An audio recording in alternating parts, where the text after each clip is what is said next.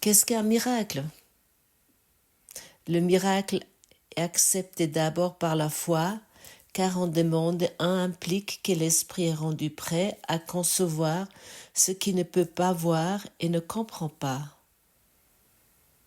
Or la foi fera venir ses témoins pour montrer que c'est sûr sur quoi elle repose est réellement là. Ainsi le miracle justifiera ta foi en lui, tout en montrant qu'il repose sur un monde plus réel que celui que tu voyais auparavant, un monde rédimé de ce que tu pensais qu'il y avait là.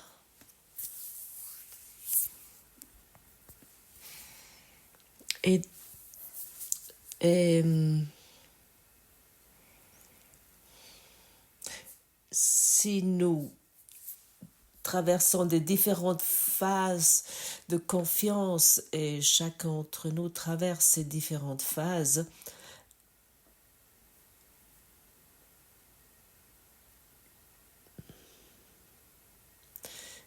beaucoup sont effrayés de ces phases de confiance, ils reculent devant ces phases de confiance. Et j'aimerais aujourd'hui te encourager de faire confiance à ton pouvoir d'esprit, à ta force spirituelle.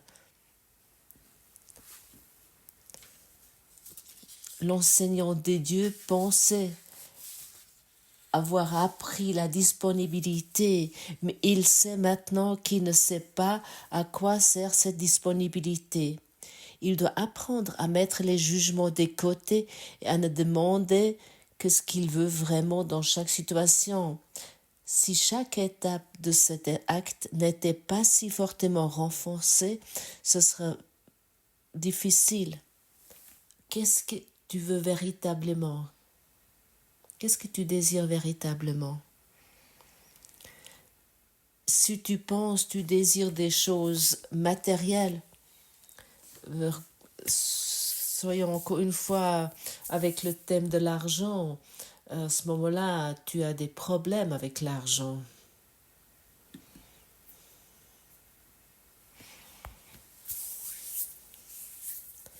À ce moment-là, tu as des difficultés. Si tu mets cela à la première place, et en général, l'ego fait cela, et tu vas avoir des difficultés, tu vas avoir des problèmes. Et beaucoup des personnes qui sont dans une quête spirituelle ont des problèmes financiers. Et je connais ça très très bien. Et j'ai reconnu mon erreur de pensée. Et j'ai déplacé ma priorité. Je me suis détournée de ce qui est matériel et me tournée ce qui est spirituel. Je me suis tournée vers l'esprit. Envers Dieu, je me suis tournée vers Dieu. Et si Dieu n'est pas plus mon thème, à ce moment-là, j'ai plus de problème avec l'argent. Et je vais voir avoir des preuves que le pouvoir d'esprit, le pouvoir spirituel fonctionne.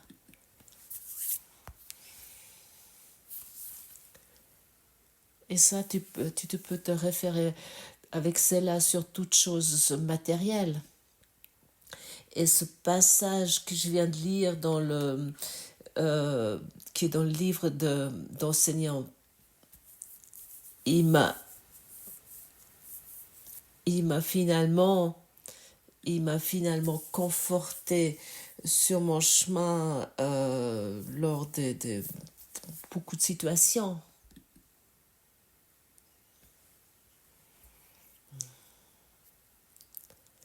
Et c'était des moments où j'ai souvent pensé je devrais faire un véritable sacrifice, et de l'autre côté j'étais sûre que mon abîme était scellé, ma défaite était scellée. Lorsque j'ai j'ai vécu dans une tente et j'ai collectionné des bouteilles pour la consigne, pour recevoir de l'argent de la consigne. Là, j'ai vraiment cru que ça n'allait plus, je ne pouvais plus avancer, que j'étais arrivée à la fin, à l'échec absolu. Mais à l'époque, j'étais encore vraiment très obtus, j'aimerais dire. J'étais vraiment bornée. Et j'étais encore tellement tournée sur moi-même, omnibulée par moi-même, que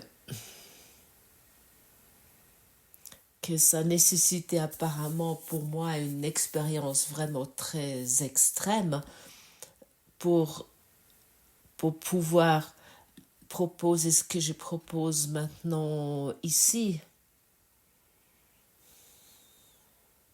Parce que toute mon intellect, toute ma pensée était tournée vers le matériel, vers tout ce qui était matériel. J'étais tournée vers la matière, j'étais tournée vers l'argent, j'étais tournée vers les choses extérieures, peu importe. Alors je devais avoir des problèmes avec cela. Ça ne pouvait pas être autrement. Et souvent, j'avais des périodes où j'ai pensé que l'argent avait totalement tari, qu'il n'y avait plus rien. Parce que je suivais ma guidance intérieure et j'ai abandonné mon emploi chez Siemens que j'avais à l'époque pour faire de commencer à faire pour ce que je me sentais guidée sans avoir vraiment un véritable revenu, une source de revenus. J'avais aucune source de revenus. Si j'ai réfléchi, ça commençait peut-être une année après que j'avais ce cours au miracle. Je n'avais vraiment pas beaucoup compris à l'époque, mais c'était une telle évidence, c'était tellement évident d'abandonner tout mon système social, d'abandonner mon travail et de déménager dans une ville totalement lointaine et étrangère pour moi. Où en fait, ça ne me plaisait pas du tout dans cette ville. Et je suis encore ici dans cette ville. À l'époque, je voulais vraiment partir au plus vite de cette ville. Je posé la question, j'ai pensé, mais qu'est-ce que je veux ici? Il n'y a rien ici. Tout est tellement plat. Où se trouvent mes Alpes? Où se trouve mon lac? Où sont mes amis? Où est ma famille? Plus rien était là. Mais j'ai suivi ce chemin intérieur. Apparemment, je n'avais pas eu d'autre choix, autrement je l'aurais certainement changé très rapidement.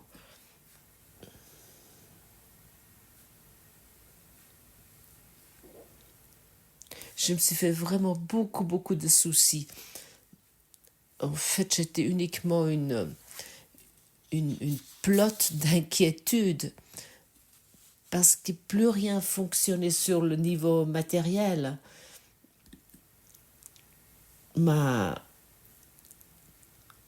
ma confiance dans la force spirituelle était réduite à zéro.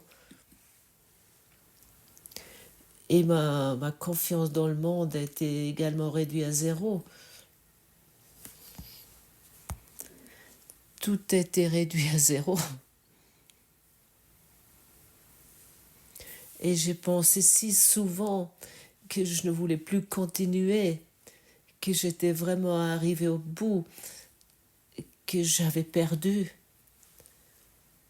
Je me suis tellement vue comme un perdant, un loser.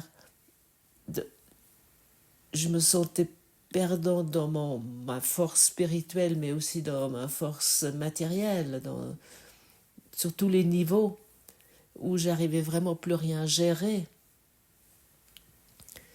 Je me suis établi des bypass, des dérivations ésotériques, mais seulement pour pas voir chez moi à quel point j'avais échoué. Je cherchais partout la faute. J'ai cherché la faute à l'extérieur. J'ai accusé le monde. J'accusais mon enfance. J'accusais mes parents parce que tout semblait être désespéré chez moi.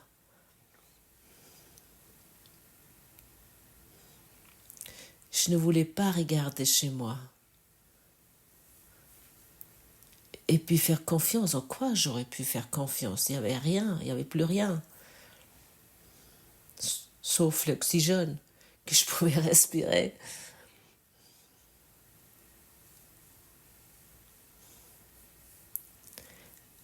Et ce passage dans le passage pour enseignant, m'enseigner, me rappeler régulièrement ce que je voulais véritablement.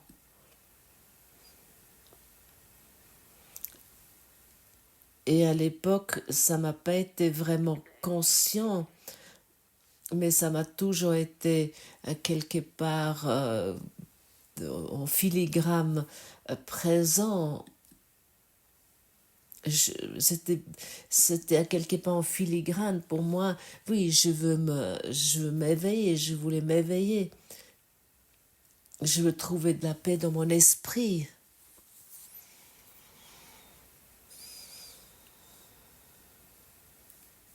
Et dans ce cours, on me dit que la certitude de ma décision sera renforcée et confirmée.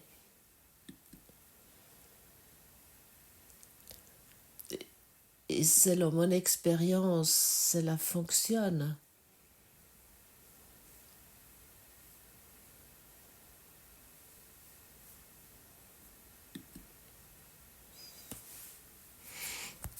Et comme Jésus nous enseigne, tourne-toi d'abord vers le royaume des dieux, cherche d'abord le royaume des dieux.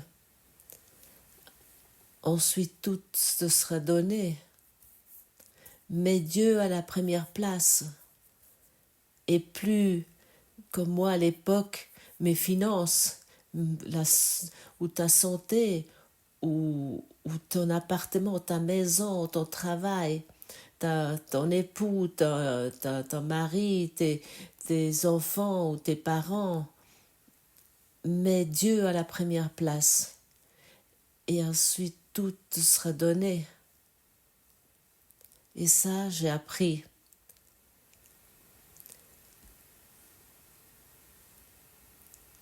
Et c'est ça que j'ai transmis ici à travers ce cours. Je donne mon apprentissage ici plus loin, je l'offre plus loin, je le transmets et j'aimerais te confirmer que cela fonctionne. Si tu mets Dieu à la première place, si tu mets l'amour, la vérité à la première place, et à ce moment-là, l'échec est impossible.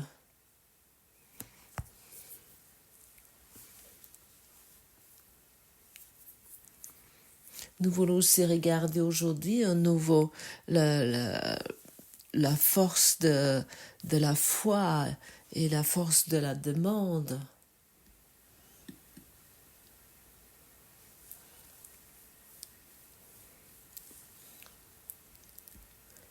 Mais nous tournons notre demande vers envers la vérité et pas envers les conditions dans ce monde. Et si nous nous concentrons sur la quête de la vérité, à ce moment-là, la force créative d'esprit va réagir.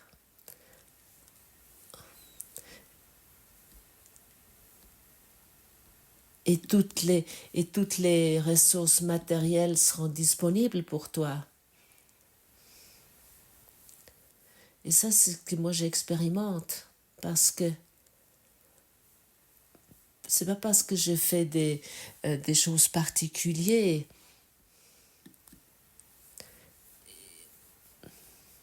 et pas parce que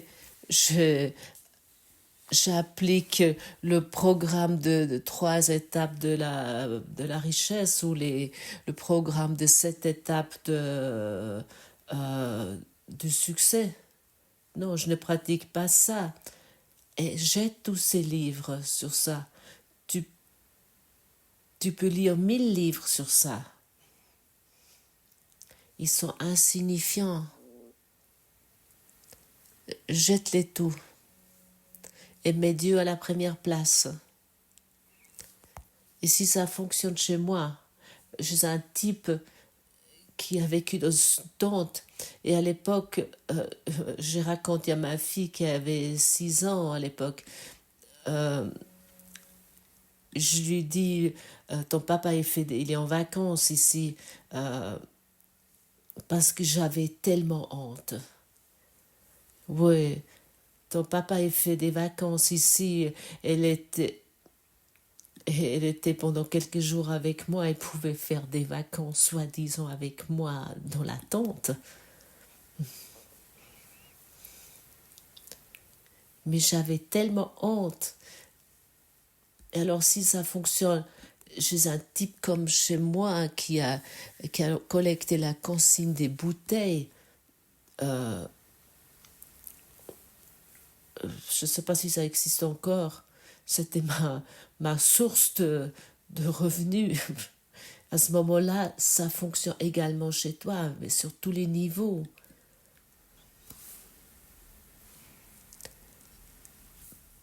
Parce que le principe créatif agit en toi comme en moi, c'est pareil.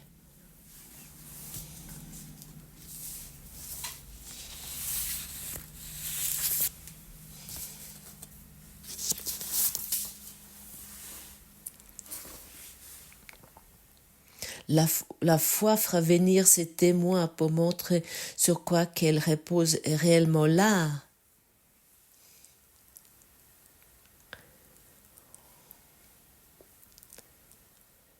Et ça s'indique également sur notre perception, mais aussi sur les effets matériels. Et les deux sont des témoins de laisser non influencer, d'être non influencés par le monde matériel. Ça renforce ça. Et tu vas trouver des preuves que la force spirituelle fonctionne. Encore une fois, il soit dit, si tu mets Dieu à la première place, à ce moment-là, tes besoins vont être comblés. Tu n'as plus besoin de t'inquiéter. Tu n'as plus rien besoin de te préoccuper. Mes soucis ont disparu. Et j'étais à l'époque vraiment une pelote de laine, de soucis, des tes inquiétudes, ils vont s'envoler. Moi, à l'époque, j'étais un pelote d'inquiétudes et de soucis. Il n'y avait pas d'entrée ni de sortie de cela.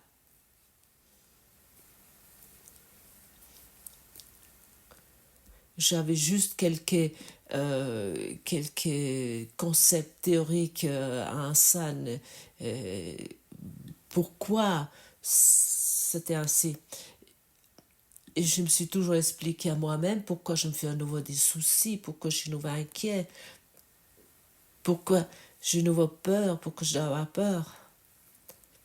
Et bien sûr, je me suis toujours référé à mon enfance, parce que j'ai grandi dans un environnement où chaque goutte d'eau était économisée, où on éteignait tout de suite la lumière, où il n'y avait rien, il n'y avait pas de surplus. On, on ne gaspillait jamais rien du tout. Et j'ai pensé, je souffrais du manque parce que je venais de, parce que j'étais née dans des histoires familiales de manque, et dans cette histoire familiale. Ce n'est pas vrai. Mes pensées ne quittent pas leur source. Je suis seulement une fois arrivée dans un système social comme ça pour abandonner tout cela. Et bien sûr, en tant que petit garçon, dans un petit village, j'ai toujours cherché Dieu. Ça, je me rappelle tellement bien. Pour moi, la vérité était la chose la plus importante. Bon, j'ai dû aller à l'école et puis j'ai dû apprendre des choses qui m'intéressaient nullement. Pour cette raison, je n'étais vraiment pas un très bon élève. Je n'avais vraiment zéro intérêt. Moi, ce qui m'intéressait, c'était la vérité. Je la trouvais lorsque j'allais dans la nature, ou à l'époque, j'ai couru dans l'église. Le dimanche, j'allais jusqu'à 3 fois à l'église.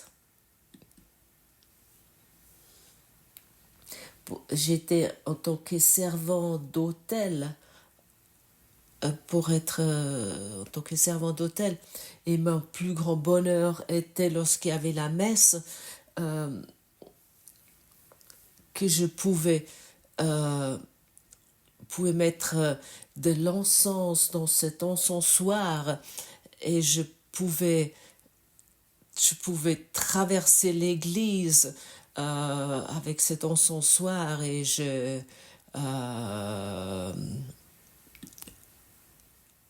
et toute l'église était totalement plein d'encens. Il y avait un brouillard d'encens dans cette église. Et puis moi, c'était vraiment mon plaisir et mon bonheur. Bon, le curé, il n'a rien constaté.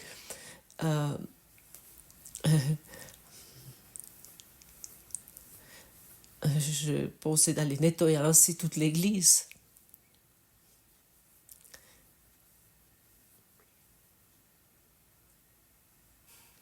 Et à un moment donné, vers 13-14 ans, j'ai constaté que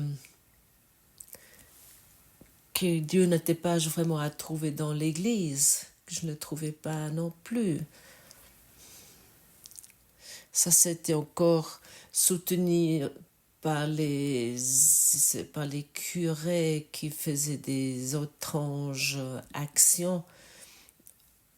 Mais ça, c'est une autre histoire. Et ainsi, j'aimerais t'encourager de mettre Dieu à la première place, de suivre le chemin qui t'est prédestiné, pour que tous tes besoins seront accompli, qui sera rempli. Et les dons des dieux sont vraiment très, très riches.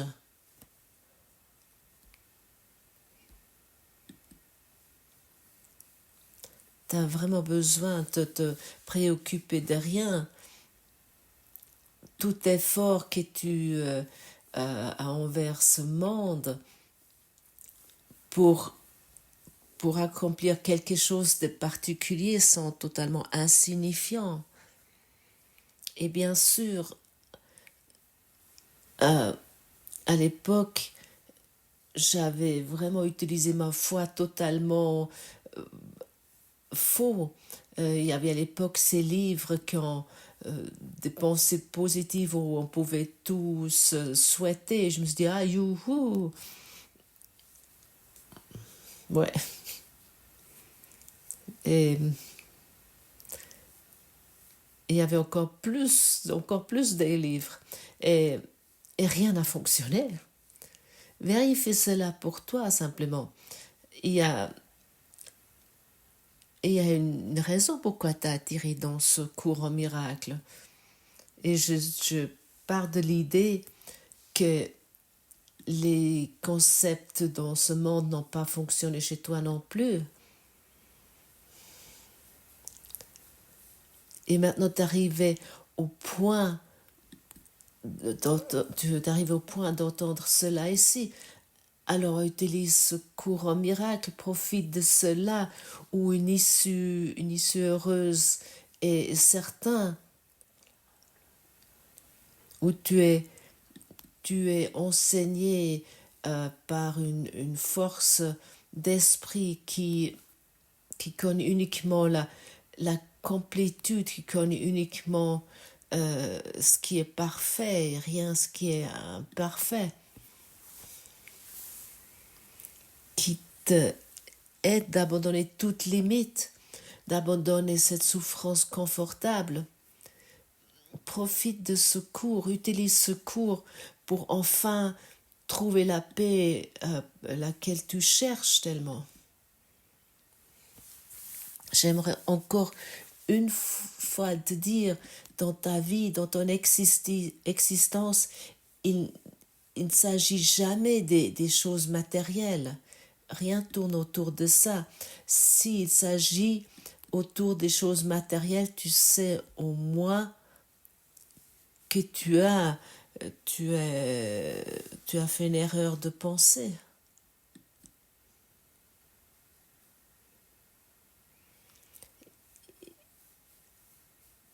Et bien sûr, c'est une erreur de croire ou d'attendre, selon notre foi, un résultat matériel.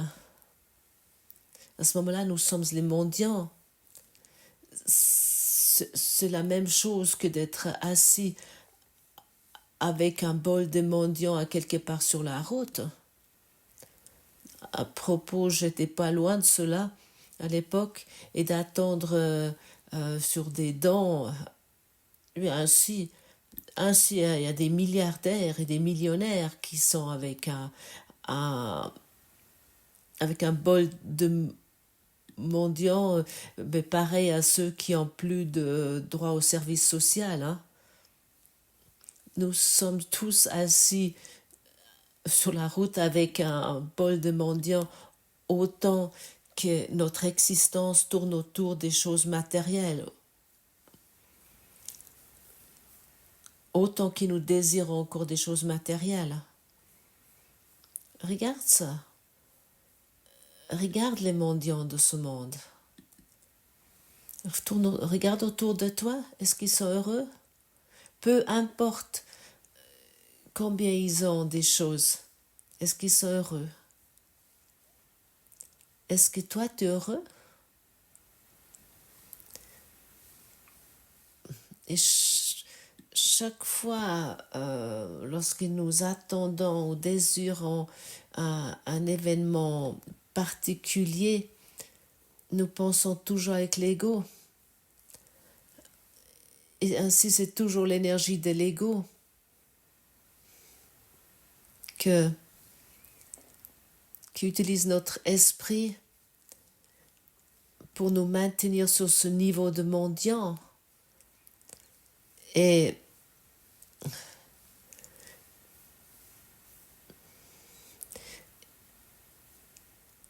pour utiliser l'énergie du miracle, nous devons uniquement chercher la vérité. Nous devons uniquement être à la quête après la vérité. Ça doit être notre seul désir. Et c'est cette quête de la vérité que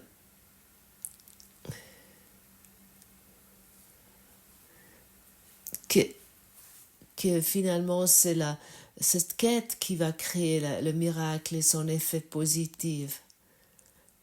Aussi sur ton idée, sur ton niveau qui est manifesté, pas que sur son niveau spirituel.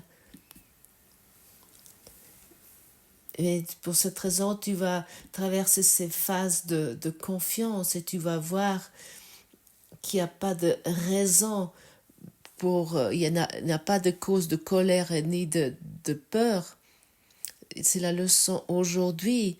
348, je n'ai pas cause de colère ni de peur, car tu es tout autour de moi, et dans chaque besoin que je perçois, ta grâce me suffit. Et ainsi, nous pouvons donner tous nos besoins au Saint-Esprit pour que sa grâce, son amour et sa vérité va pouvoir être expérimentée. Ça veut dire cette leçon. Et ainsi, nous voulons reconnaître que la vérité, que Dieu et l'amour sont à la première place et pas nos histoires, pas notre passé ou cette idée de l'ego qui dit si tu obtiens ça ou si tu réussis cela, tu seras plus heureux. Ce n'est pas vrai. C'est un mensonge et nous ne voulons plus suivre le menteur. Père, laisse-moi me souvenir que tu es ici et que je ne suis pas seule. Tout autour de moi est l'amour éternel. Je n'ai pas cause de quoi que ce soit sauf de la paix et de la joie parfaite que je partage avec toi. Qu'ai-je besoin de la colère ou de la peur? Tout autour de moi est la parfaite sécurité. Puis-je avoir peur quand ta promesse éternelle vient avec moi? Tout autour de moi est la parfaite impeccabilité. Que puis-je craindre quand tu m'as créé dans une sainteté aussi parfaite que la tienne? Ça, c'est l'appel. Et si nous mettons la vérité à la première place, si nous mettons Dieu à la première place, à ce moment-là, nous allons arriver dans cette expérience et tu vas voir comme tout l'univers s'adapte à toi. Tu vas recevoir de l'aide sur des niveaux qui tu t'es révisé jusqu'à présent. Tu vas être soutenu d'une façon que tu n'as jamais pu t'imaginer. Tu rencontres des personnes, des frères et des sœurs avec lesquels tu es dans la joie, avec lesquels tu peux parler sur des choses que tu n'as pas osé jusqu'à présent.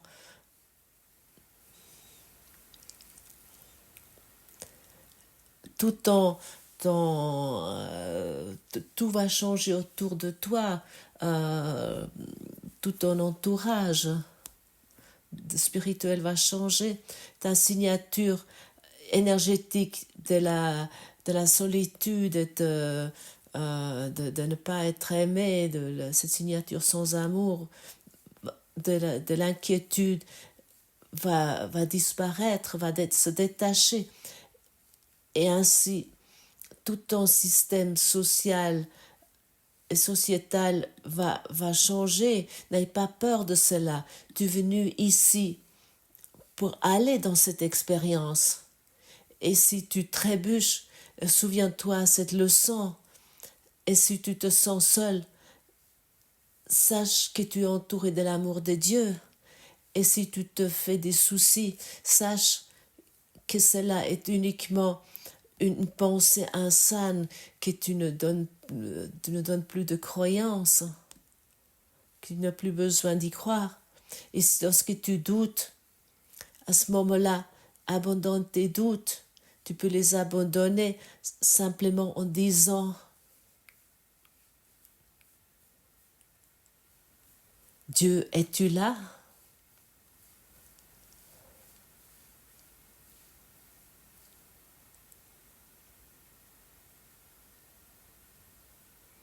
Et qui pose cette question: Dieu, es-tu là? Il va recevoir une réponse. Et cette question, je me suis beaucoup posée lors de mes périodes de crise, de solitude.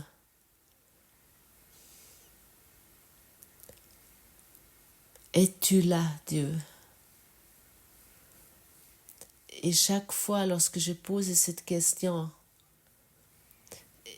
et je me suis arrêtée quelques moments de respiration, et pour pas, au lieu de partir directement avec d'autres pensées, à ce moment-là, je pouvais être dans cette expérience, même si plus tard je le oublié, mais ça pouvait se montrer. La grâce de Dieu nous suffit dans tout ce qu'il voudrait que nous fassions. Et c'est la seule que nous choisissons pour être notre volonté aussi bien que la sienne.